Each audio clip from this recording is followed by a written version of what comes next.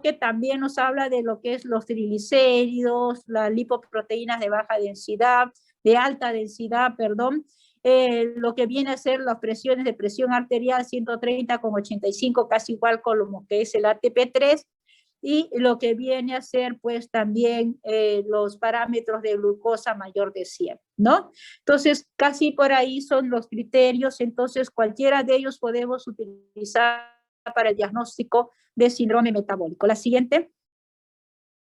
Bien, y en lo que viene en la comparación del diagnóstico de síndrome metabólico según la Asociación Latinoamericana de Diabetes, vemos que también nos dan que el aumento de la obesidad, pero sobre todo de la obesidad central, y en eso la LAD nos habla de perímetro de cintura ya no tan, se podría decir, tan altos como lo que nos da el tercer reporte de colesterol, sino que lo ajusta a ciertos parámetros. ¿Por qué? Porque nosotros no nos podemos comparar con los americanos. Los americanos son altos, mientras que nosotros, la población peruana, es más baja.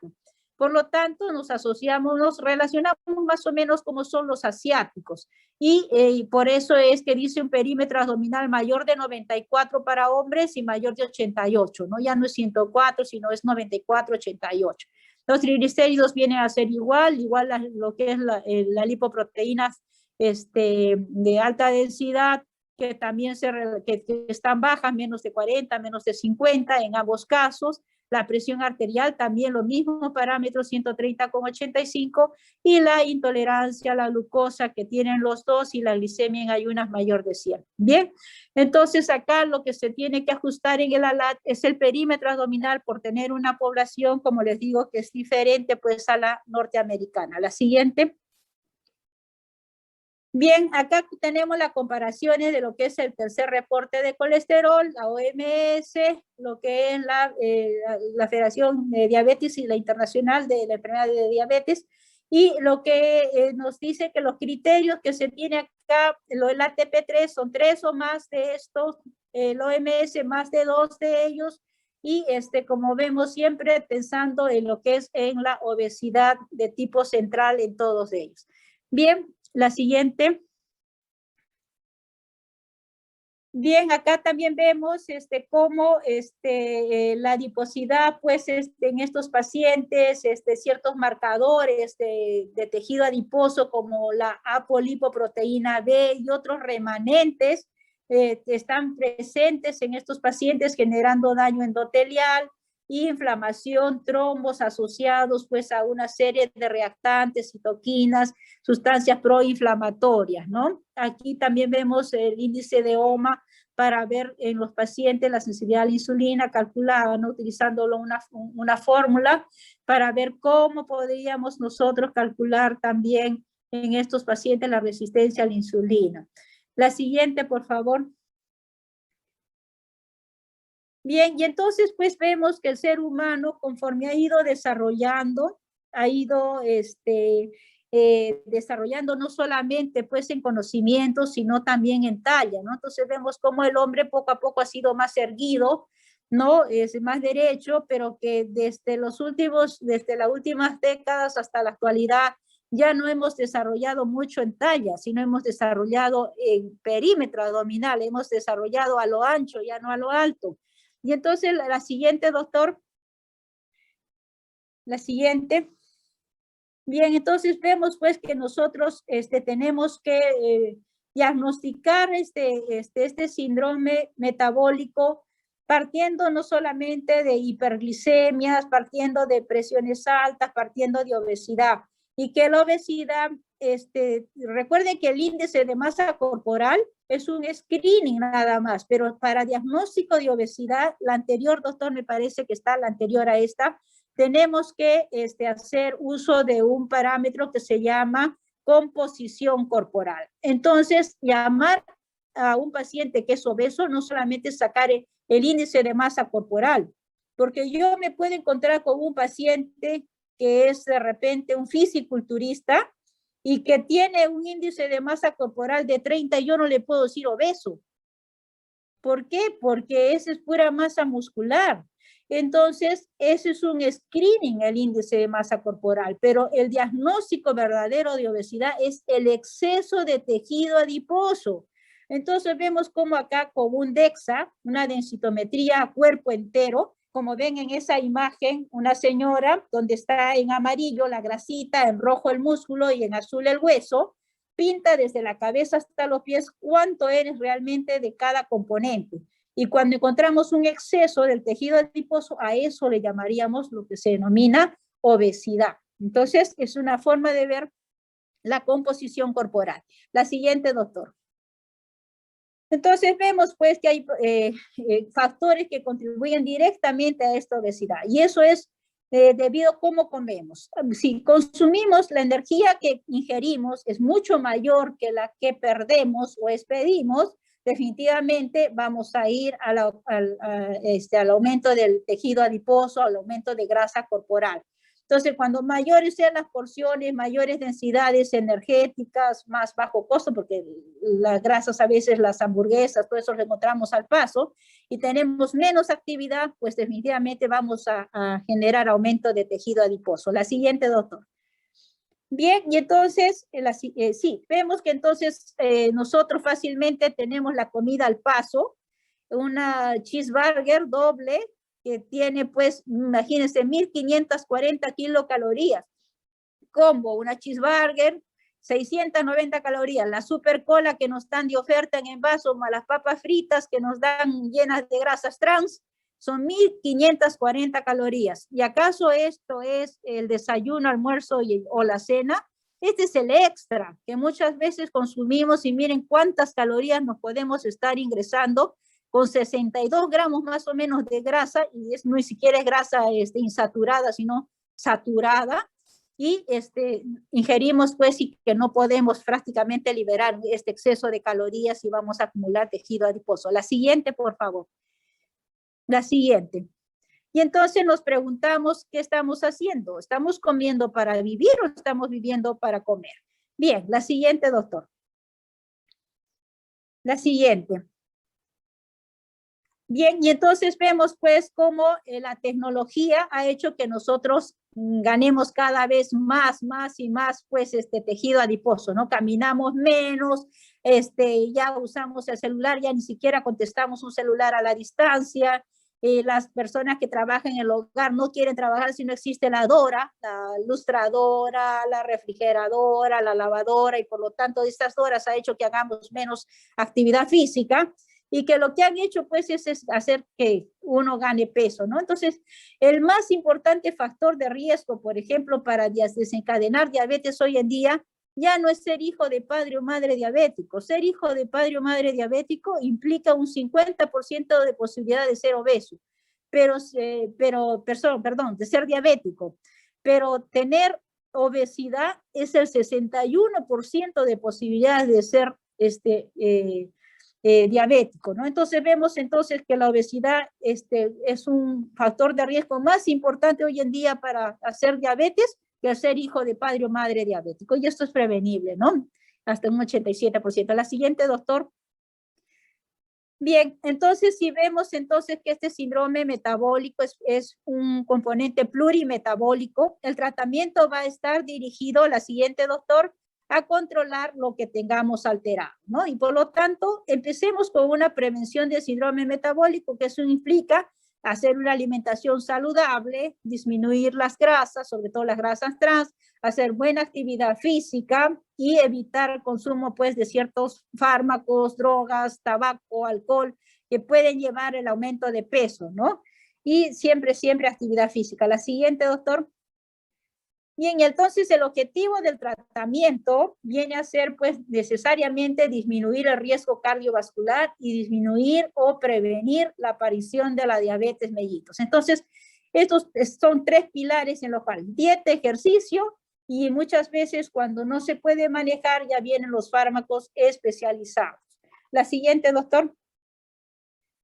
Y entonces vemos pues cómo haciendo una buena alimentación, ejercicio adecuado, vamos a perder necesariamente peso. Y la pérdida de peso muchas veces implica revertir muchas veces ciertos aumentos de presiones arteriales, ciertas intolerancias a la glucosa. Entonces, es bueno saber qué comer, comer bien, comer sano, consumir bastante líquidos, bebidas no azucaradas y hacer una buena actividad cardiometabólica para las mayores y de todas maneras aeróbicas para bajar peso en las personas jóvenes.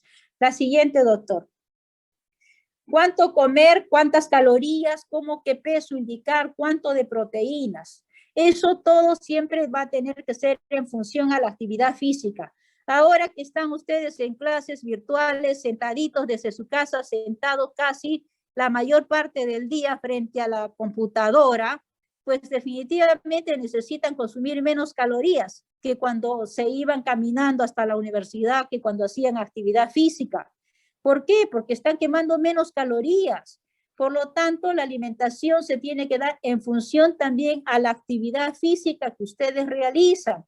Y los carbohidratos siempre se dan un 50%, tratando de evitar los carbohidratos simples, que son los azúcares, que más suben las calorías. Las proteínas siempre tienen que ir un 15 hasta 20%, dependiendo si requieren más o no, y de enfermedades de fondo. Los lípidos. La idea no es tampoco suspender, sino saber qué lípidos utilizar, omega 3, o aceite de oliva, sachaín, lo que es pescado. La fuente de pescado negro es un pescado antiinflamatorio, sobre todo en estas épocas que estamos de COVID, es importantísimo consumir por lo menos 2 veces a la semana pescado y que tenga pescado negro. De esa forma disminuiremos los riesgos. Hemos visto que estas enfermedades son inflamatorias, entonces hagamos una dieta antiinflamatoria, utilizando grasas poliinsaturadas, grasas monoinsaturadas y fibra. Recuerden que la fibra en más o menos en 30 a 50 gramos diarios nos ayuda a disminuir la absorción de carbohidratos y de grasas. La siguiente, doctor.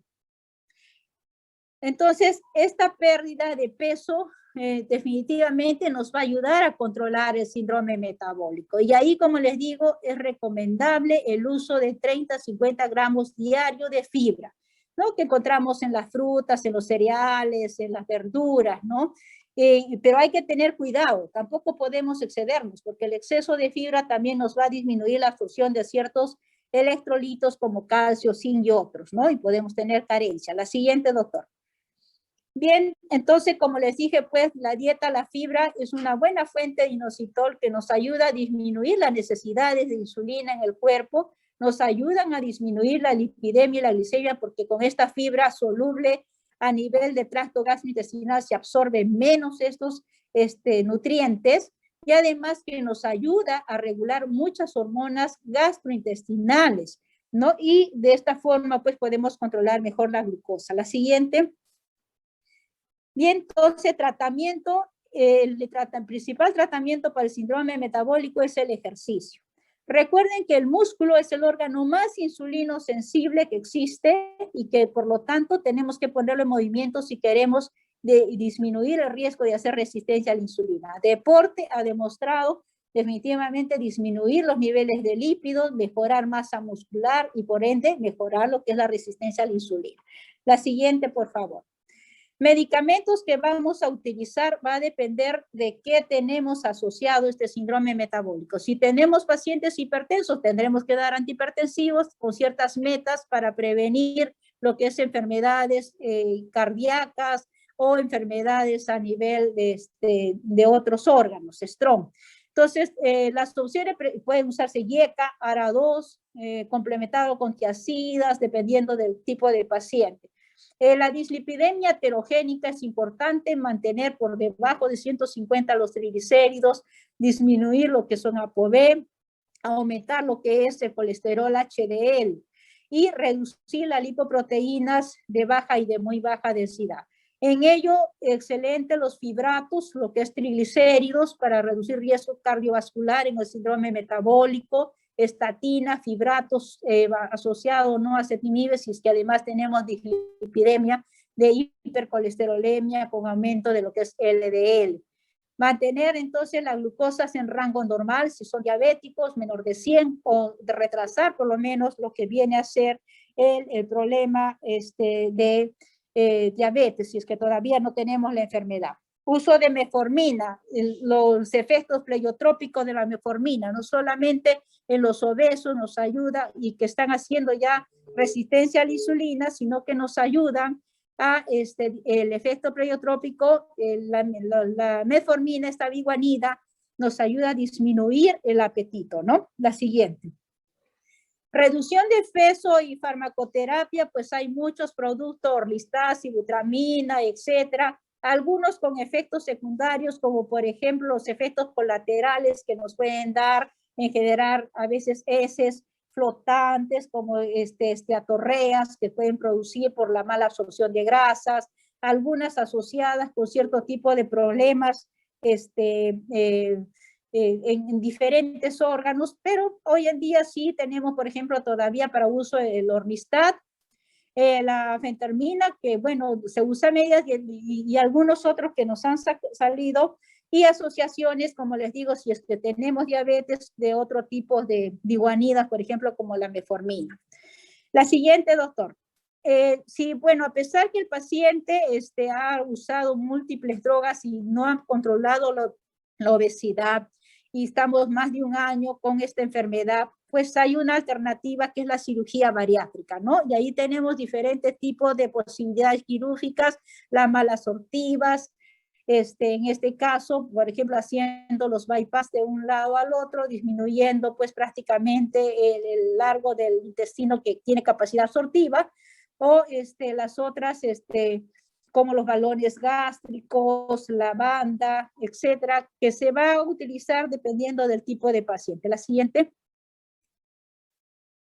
Bien, entonces los criterios de selección de la cirugía bariátrica no son para todos, ¿no? Hay un rango entre 15 a 65 años, que tengan más de 40 de índice de masa corporal y que hayan pasado pues con una obesidad, que si tienen algún tipo de factor de riesgo, comorbilidad, se dice que puede ser un año y se puede pasar a una cirugía, pero si no tiene otros factores, se refiere si ha pasado más de 5 años con una obesidad mórbida y que todavía no logra controlar, pues y sí es candidato, pero se tiene que bajar de peso primero a un paciente para ver si baja un poco de peso, ese sí es candidato para poder hacerle una cirugía bariátrica. Contraindicado los pacientes psiquiátricos o que tengan algún tipo de abuso de alcohol o drogas. La siguiente, por favor.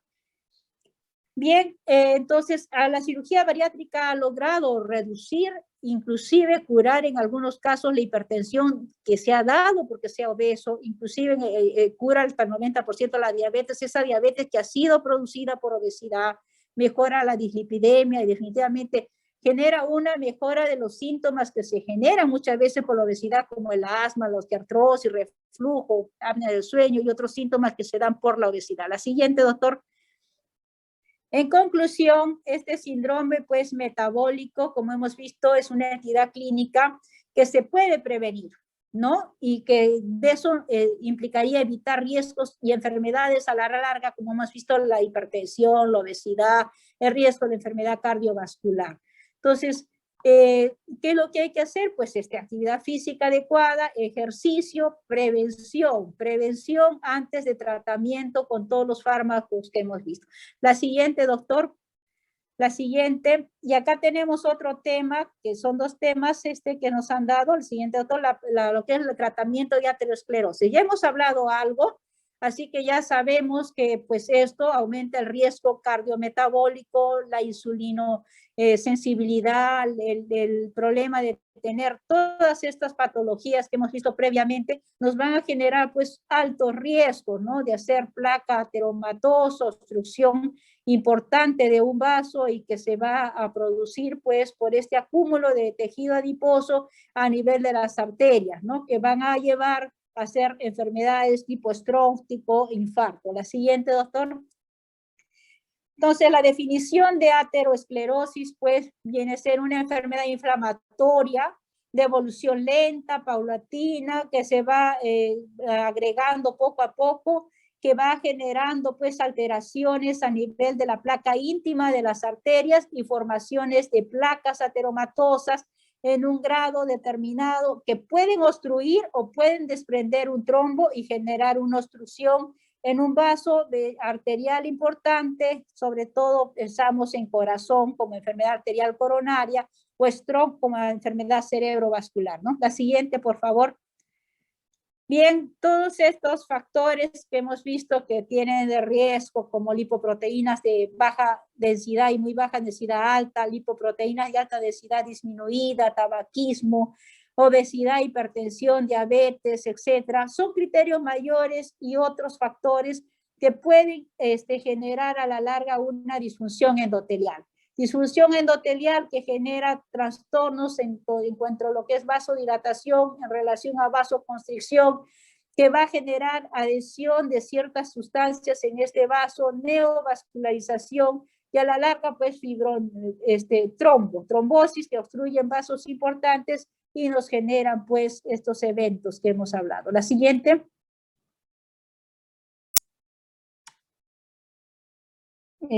Bien, entonces vemos pues que la insulinoresistencia que hemos visto que se da en estos pacientes a la larga van a ser pues que generen un factor de riesgo importante asociado a lo que es obesidad, sobre todo obesidad visceral, genética, factor ambiental, va a ser pues que a la larga estos pacientes tengan más riesgo de hacer aterosclerosis. Entonces, todos estos factores generan, pues, a la larga aterosclerosis, ¿no?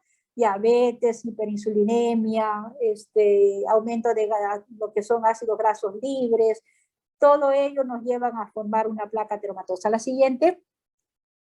Bien, entonces, la fisiopatología, entonces, la siguiente, por favor.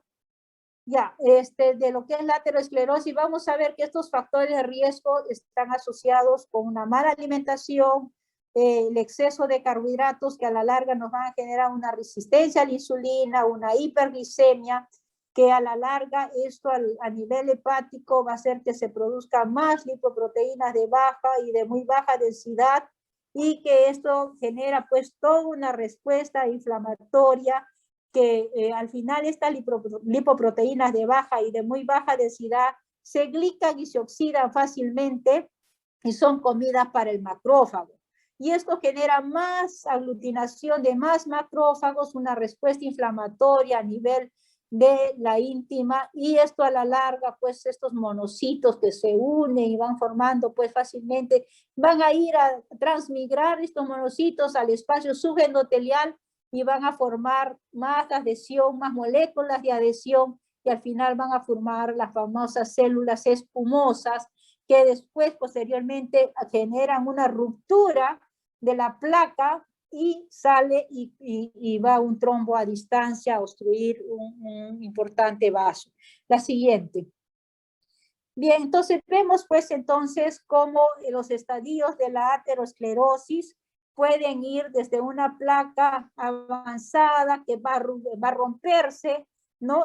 Y va a romper el endotelio, se va a exponer el material trombogenético, va a generar agregación plaquetaria, trombo, que va a llegar a obstruir o producir un émbolo y a la larga pues nos va a producir una obstrucción y inicialmente puede ser una parte silenciosa, no mucha clínica, pero conforme va obstruyéndose cada vez más el vaso, desde lo que es una estría simple grasa hasta formar un ateroma, un fibroateroma, hasta producir una lesión complicada, puede pasar muchos años, ¿no? Y que es importante detectarlo a tiempo porque ya cuando hay obstrucción ya no podemos hacer más que una revascularización que muchas veces no se puede hacer cuando todos los vasos están tomados. La siguiente, doctor. Bien, entonces, ¿qué análisis y qué procedimientos podría ayudarnos de repente a prevenir todo esto? No podemos hacer estudios como estudios de daño de órgano, como hacer, por ejemplo, una ecocardiografía para ver si hay hipertrofia del ventrículo izquierdo, solicitar exámenes de albúmina en orina de 24 horas, la microalbuminuria hemos dicho que es un predictor de lo que es daño endotelial, estudio de fondo de ojo para ver si no hay alteración retina, de repente una eco de carótida, ver el grosor de la íntima, de la media, ver factores de repente como creatinina si no están elevadas, y así de esta forma ir viendo si no hay complicaciones, enfermedades crónicas como enfermedad cardiovascular, enfermedad cerebrovascular. Todo esto puede ser prevenible si trabajamos a tiempo con la medición de todos estos factores, incluyendo las lipoproteínas de baja y de muy baja densidad. La siguiente. ¿Qué pruebas sin penetración podemos hacer que nos pueden ser predictoras de estas enfermedades? Podemos hacer un buen examen físico en búsqueda de enfermedad arterial, por ejemplo, periférica, y ahí podemos hacer pues el índice tobillo-brazo, que consiste de medir la presión en el brazo y a nivel del tobillo y ver la diferencia entre estas, ¿no? Se dice que está límite entre 0.91 y 0.99 y que tienes ya un problema de una lesión periférica, una enfermedad arterial periférica, cuando ya tienes un índice tobillo-brazo menor de 0.9. Entonces, ¿qué nos puede prevenir? Pues prevenir la extensión de una enfermedad arteriopática, coronaria, cerebrovascular. Por lo tanto, esto nos puede ayudar en forma indirecta en pacientes que están haciendo algún tipo de sintomatología que viene a ser producto de una placa ateromatosa, predecir que en otros órganos también se puede estar produciendo lo mismo. La siguiente. ¿Cómo prevenimos esto? Tratando de consumir menos, la siguiente, doctor, menos grasas trans, haciendo actividad física, evitando consumo, la siguiente, consumo de ciertas sustancias como por ejemplo sustancias tóxicas como el fumar, controlando bien la presión arterial, teniendo parámetros más o menos de 130 con 80 o menores, el estilo de vida, si hay obesidad, perder peso, si es que, bueno, se puede utilizar ciertos fármacos para controlar la presión, si es que no podemos hacerlo con una vida sana, usar los IECA, los ARA, las tiazicidas, el ejercicio, que hemos dicho que cuando existe una enfermedad cardiovascular, el ejercicio ya no puede ser extenuante en estos pacientes, ya no podemos hacer un ejercicio aeróbico, porque son pacientes que ya tienen un mal riego sanguíneo y que el ejercicio extenuante puede generar pues en ellos problemas de mayor estrés en ciertos vasos y generar pues espasmo, enfermedad cardíaca isquémica silente, ¿no? Entonces en ellos tenemos que hacer un ejercicio cardiometabólico, no ejercicio aeróbico. La siguiente. Bien, detectar qué es una dislipidemia heterogénica. La dislipidemia heterogénica es aquella que tiene hipertrigliceridemia, elevación de las lipoproteínas de baja y muy baja densidad y un colesterol no HDL elevado, ¿no? Entonces eso significa tener todos los riesgos de hacer a la larga, pues, una placa ateromatosa. La siguiente. La siguiente, por favor. Bien, entonces el objetivo de la aterosclerosis es uno, mantener presiones arteriales dentro del rango normal. Si eres diabético, tener una glucosa postprandial menor de 180 o una hemoglobina glicosilada menos de 7 si eres diabético. El uso de medicamentos que pueden disminuir el riesgo cardiovascular, como ciertos medicamentos, metformina, sitagliptina, GLP-1, que nos ayudan a controlar también peso. Las presiones arteriales que estén menos de 130 con 80, las LDL menos de 70, los triglicéridos menos de 150, uso de estatinas con ezetimibe, no solamente para disminuir colesterol, sino para estabilizar placa ateromatosa.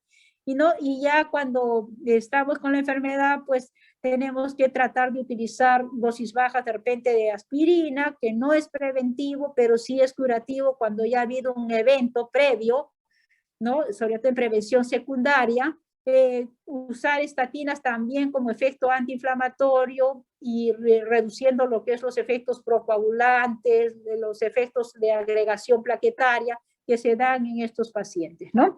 La siguiente. En conclusión, los cambios de estilo de vida, una dieta importante que tenga grasas no trans, el quitar factores de riesgo como fumar, alcoholismo, evitar, como les dije, esta dislipidemia heterogénica, cambios de vida, uso de fibra, pacientes con buen control de la glucosa, baja de triglicéridos, todo esto con ejercicio adecuado, dieta adecuada, pues va a influenciar en evitar el riesgo de hacer un stroke, el riesgo de hacer un infarto, ¿no? Entonces ya solamente cuando tengamos enfermedades ya asociadas, el uso de fármacos asociados a este mejor estilo de vida nos podrían ayudar a mejorar el pronóstico de estos pacientes. Bien, acá termino, doctor. No sé si empezamos la otra de una vez. No sé si hubiera preguntas. Y mil disculpas por la extensión, pero son dos temas juntos. A ver, a los señores estudiantes, les voy a pedir a los que ya participaron de la clase, que por favor vayan saliendo para poder permitir el ingreso de los estudiantes que están